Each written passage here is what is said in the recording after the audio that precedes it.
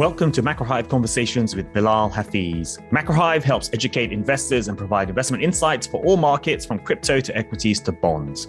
For our latest views, visit macrohive.com. So welcome, Lindsay. It's great to have you on the podcast show.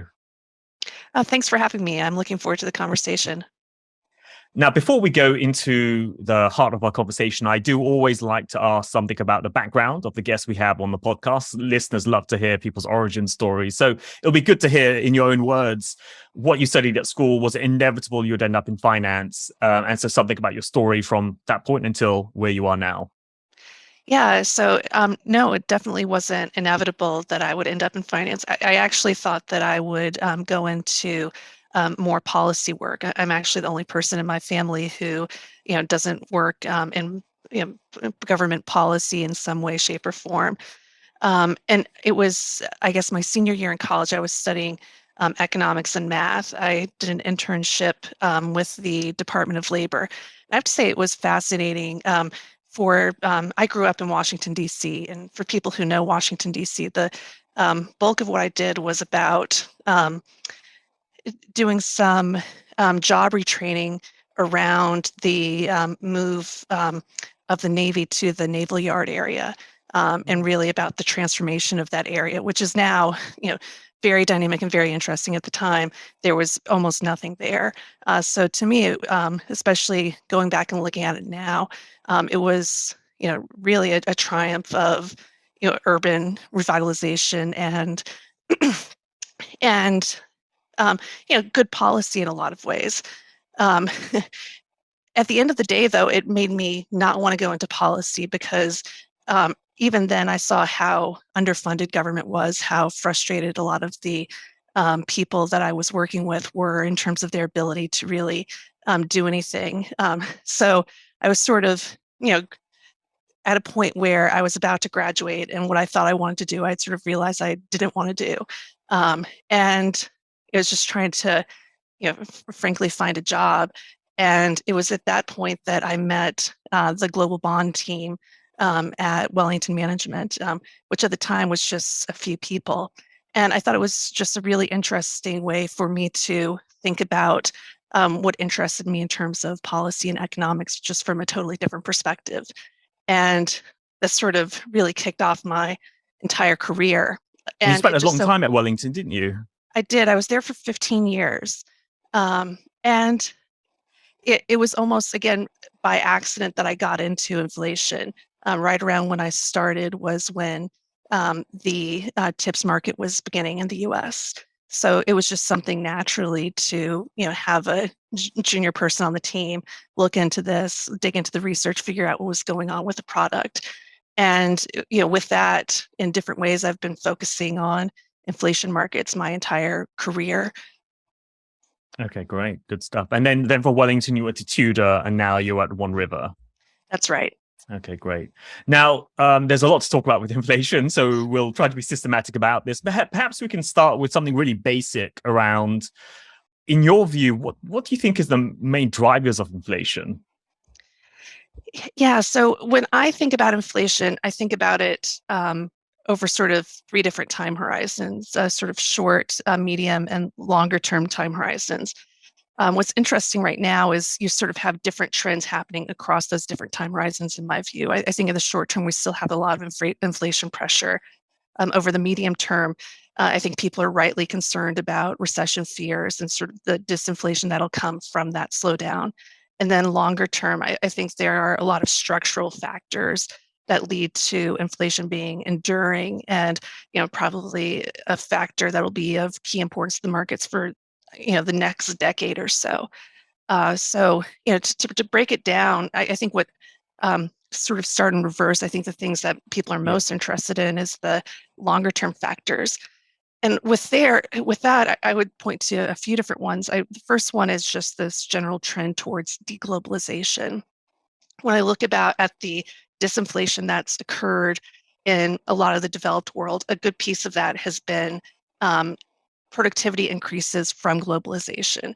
And I think it's easy to miss some of that. If we looked at the US, for example, a basket of goods that you bought in the year 2000 was priced the exact same in the year 2019. You basically had 20 years of no inflation. And a lot of that had to do with, outsourcing and getting a lot of our goods from abroad. So to the extent that that reverses itself, it's natural to think that some of that process of disinflation will reverse. One that I think we're seeing more of also is just some of the costs associated with climate change. I think a piece of that, it sort of ties in with the globalization. Over the last 20 years, we've moved to, um, very broad, very broad supply chains across all products, just-in-time inventories, and any kind of disruption, and we've seen that very clearly over the last couple of years. Any slight disruption has big ramifications across the economy, just because everything is so tightly managed. And climate change is one of those disruptions that we're just seeing more and more, especially in the commodity side of things. And then I would say a third is just the beginning of a swing back to, focus on labor. Another thing that, has happened over the last, call it 20 years across the developed world is, a higher share of profits going to capital and less going to labor. And I think we're starting to see the beginnings of that starting to shift back towards labor costs, which will, in its own way, lead to some inflation.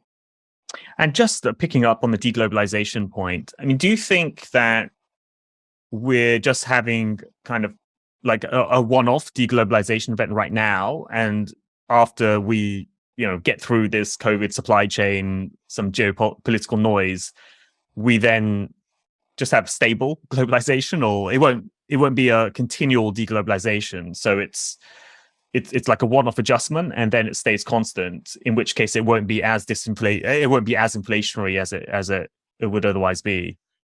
Oh, I completely agree. I don't think we're going to completely retrace everything that's happened. I think what's happening right now is we're starting to see that there are certain costs to the globalization that I don't think were fully appreciated. And I think we're going to get a bit of a retracing of that. Um, and I'm sort of including broadly in that is, just some of the um, supply chain issues that we've had that have brought a lot of productivity. We're seeing the costs of that. I don't think that it's a short-term process, though, because what's interesting about focusing on inflation is I sort of have to learn about different things over different periods of time. And the more that I've dug into some of this deglobalization or diversifying of supply chains, it's a very complex topic, and it's something where I think it's going to take years for it to happen, not months. So I don't think this is something where anyone should expect that it will go away in a couple of months. For example, I was speaking with someone who was, doing supply chain management, and for this company, they used to their models said that they used to have about 2 months of inventory on hand. Now the models are saying they need to have 4 months of inventory on hand, and that seems like it's something that might be easy to do, but then you need to have more warehouses for that. And so then they try to find warehousing space, and there's not enough warehousing space. And they go to try to build that, and there's not enough lumber, and there's not enough labor. So it's the type of thing where and then you have the supply chains for lumber. So it just has these, ramifications across the entire economy that just don't make it that simple to make those shifts, especially when everyone's trying to make that shift at the same time. And you didn't mention technology, interestingly enough, in terms of your long-term drivers. Yeah. So why didn't you mention technology? And then I have a follow-up question to that as well.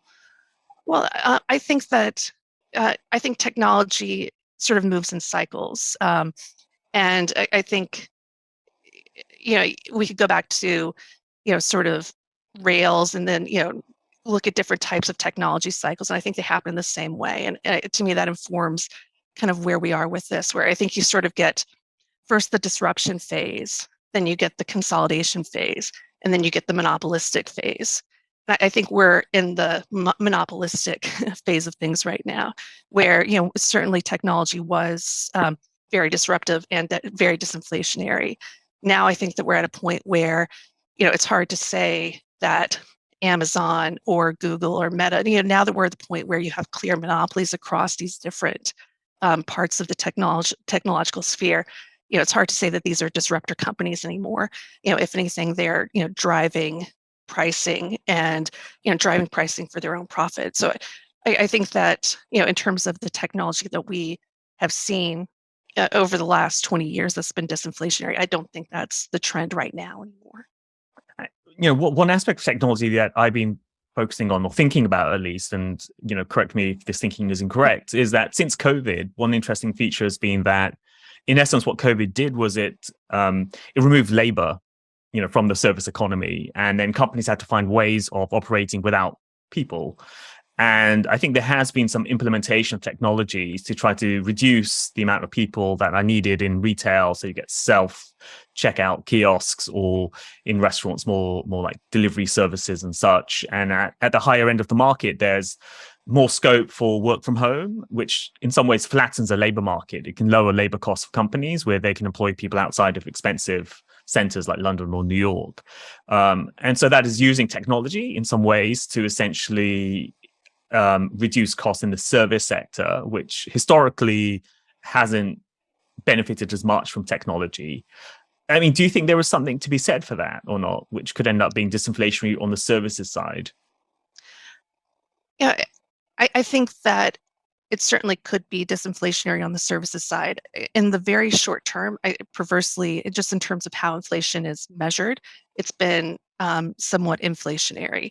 And some of that, very interestingly to me, is you talk about people being able to work remotely for different places.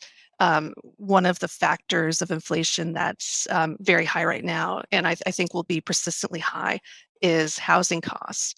And perversely, what's happened with that is because of Zoom, you've been able to have people move from very expensive cities like San Francisco to less expensive cities like Boise or Albuquerque.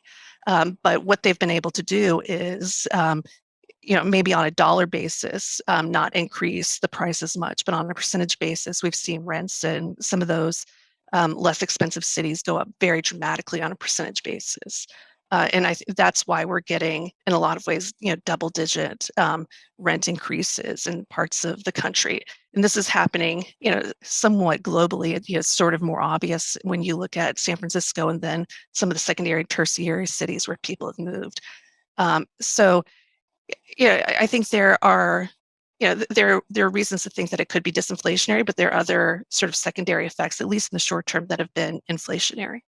Yeah, no, that's a fair point.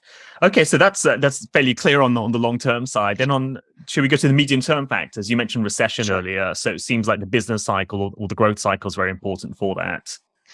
Yeah, absolutely. And I think from that perspective, we're seeing indicators that are very sharply negative. It's something that we talk a lot about internally at One River, and it's almost head scratching to look at, just how severely negative some of the sentiment indicators are. Truly, the worst ever on some of them. And this is things like the consumer sentiment surveys or PMI manufacturing surveys, things like that. Consumer sentiment for sure has collapsed to extremely negative, and the manufacturing surveys have started to roll over. And then in the U.S., the small business surveys are extremely negative. And then anecdotally reading some of the, we found it also very helpful to just read some of the comments that come through with some of these surveys. And what's an interesting thing that seems to be coming through a lot across a variety of sectors is almost this anecdote of a sudden stop where things are going along fine, and then very abruptly things change or just sort of almost fall off a cliff. And you can see this almost a bit in the data where what's striking to me is the second derivative of some of these indicators just shows an extremely sharp slowdown. I don't think we've felt it everywhere, but I find it somewhat concerning and somewhat worrying in terms of how quickly we may see things start to change over the coming months. And this sudden stop, do you think that's related to demand stopping, or is there some supply issue that's the stop? I think it's a little bit of both supply and demand. I think that um, we sort of we're not having supply and demand meet each other at the same time. So you had high demand, then you had people, the supply wasn't there. Then there were huge increases in orders, and the supply came, and the demand had already waned. I do think one of the things that I've been thinking more about too is, um, and it's a debate that I remember having at earlier points in my career that hasn't come up recently, is this idea of the level of interest rate changes versus the rate of change of interest rate changes. The other thing that I've been sort of pondering is, while relative to inflation or growth, it's hard to say that interest rates are very high, but the rate of change has been very abrupt. Just looking at, for example, mortgage rates in the United States, we've seen a very dramatic and very abrupt increase in mortgage rates, and then with that, looking at some of the housing information, you've had a huge increase um, in people canceling or dropping out of purchase agreements.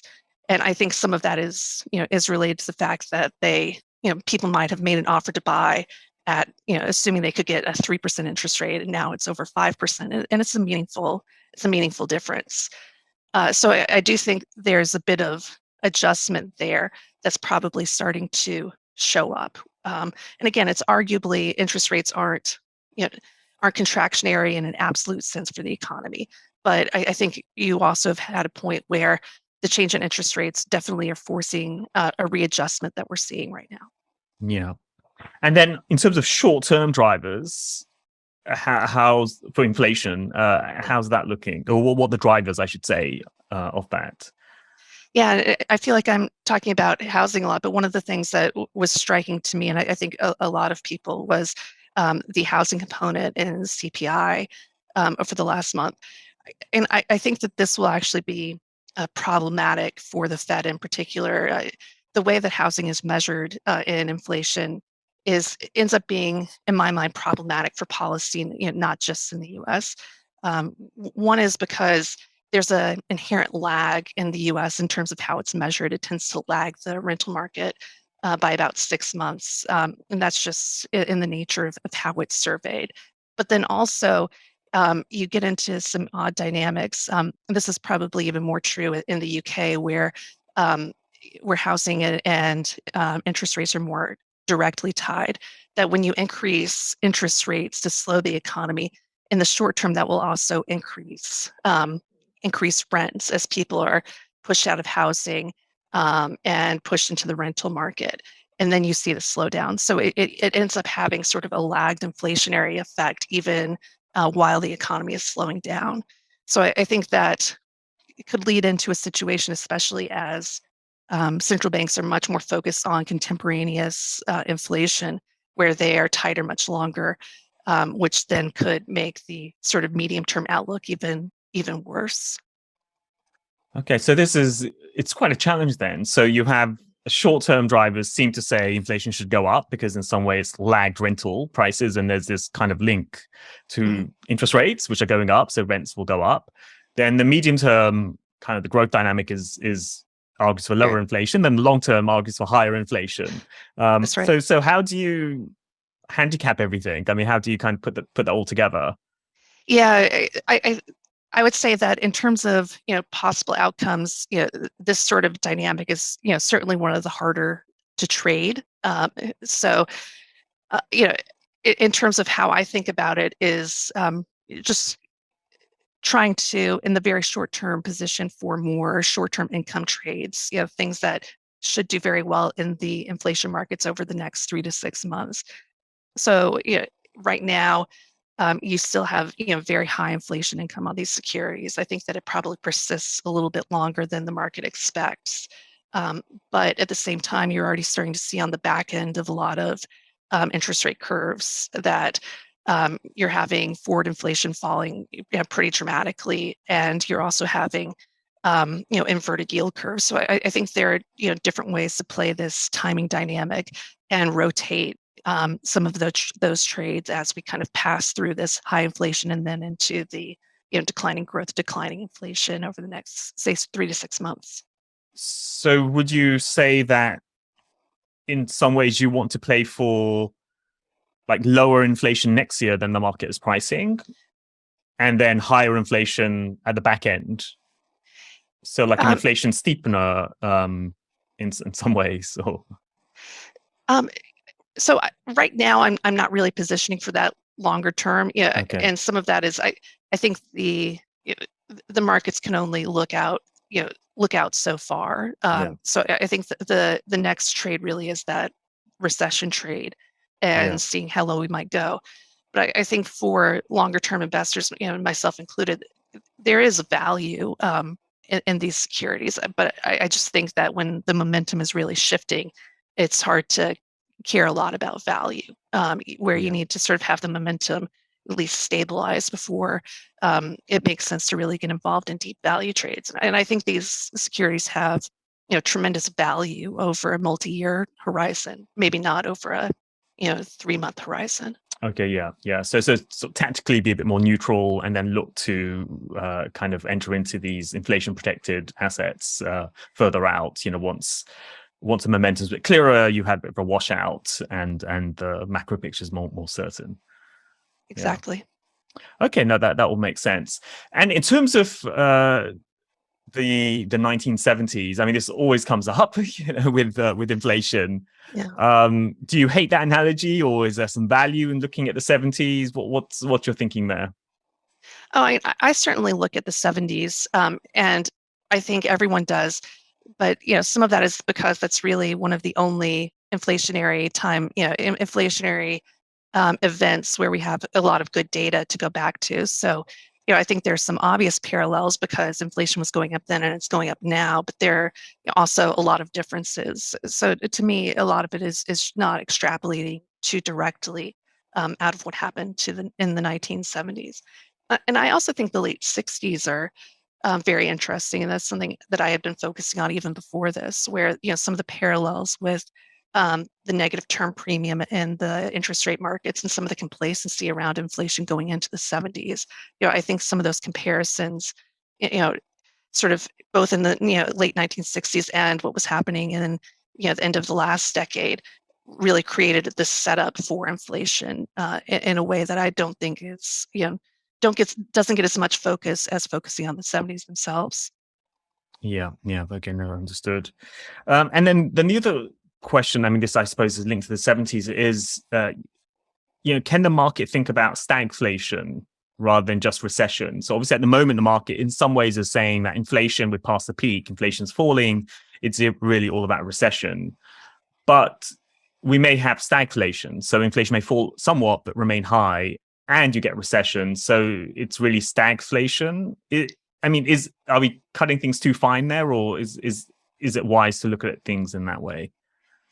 I would say the risk at looking at things that way is one of the points that we also try to make to clients, is that one of the features of rising inflation is increasing inflation volatility. So, while I do think we're in a period of higher highs and higher lows, where when inflation does fall in this recession, I don't think it's going to fall back to the levels that we were at before we had this increase in inflation. But I do think inflation will fall pretty abruptly. And I think part of what will also happen too is these conversations will shift. I'm sure that we'll be talking about deflation again at some point in the next 6 months. And one of the things that I've noticed focusing on inflation is it's the market doesn't often have a balanced conversation around inflation. People either talk about stagflation, hyperinflation, or they talk about deflation, and not so much anything in between. I think what we should expect is a lot of inflation volatility, but also not getting back to the previous rates of inflation. So I don't think we should expect to see anything with the one handle again for quite some time. Yeah. And in terms of the Fed, I mean, obviously your focus is more trading inflation, but I mean, do you have a sense of how high the Fed can go? You know, how high they can go in sort of a ultimate terminal sense, or yeah. I mean, the market's pricing them somewhere between 3% and 4%, and their own forecasts are around that level. And then they'll go on hold, but the market is saying maybe they'll start to cut next year. I mean, do you think that's a reasonable projection, or do you think they could end up raising rates to 5-6%, something much higher than everyone's thinking, to really wring out inflation?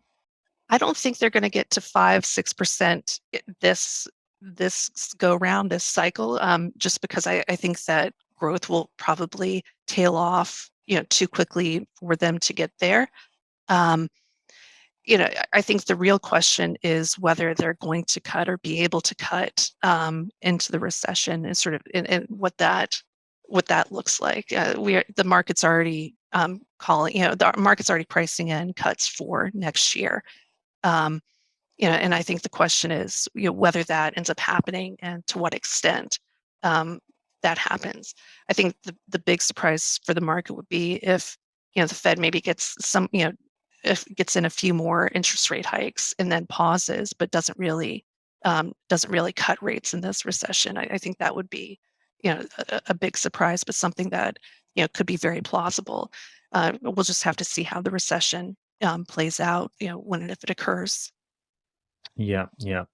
And just going back to inflation-linked bonds or TIPS, another thing that often comes up is, do they really price inflation or not? Or are there other factors that influence the price of TIPS? Because what people typically do is they look at nominal bonds, they look at inflation-linked bonds, they subtract the yields in the two, and they then say that's what the market's expecting for inflation. Now, that may be true at one level, because obviously you get paid on the CPI number, but there could be other factors that influence that spread. So, as a specialist, what would you say? I think they certainly do price inflation. I think where there's perhaps a disconnect is when people look to finally, and I would point to a lot of economists when they look at five-year forwards and say, well, that's what the market's pricing for 10-year inflation expectations. And I think the reality is that nobody in a seat like mine has a 10-year time horizon or on their investment strategies. For those securities tend to be pricing much more short and medium term outlooks for inflation. And things like the inflation income over the next 1 or 2 or 3 months can matter a lot more to a 10-year tip than where I think inflation is going to be in 10 years. So I think, to answer it more directly, I think that tips very much price inflation, but I think it prices it on a much more micro short-term outlook than people like to, assume when they look at some of the rates embedded in tips. Yeah. And you said how much inflation income you'll get paid in the next few months. I mean, just for listeners who aren't too aware of the details here, how does that work?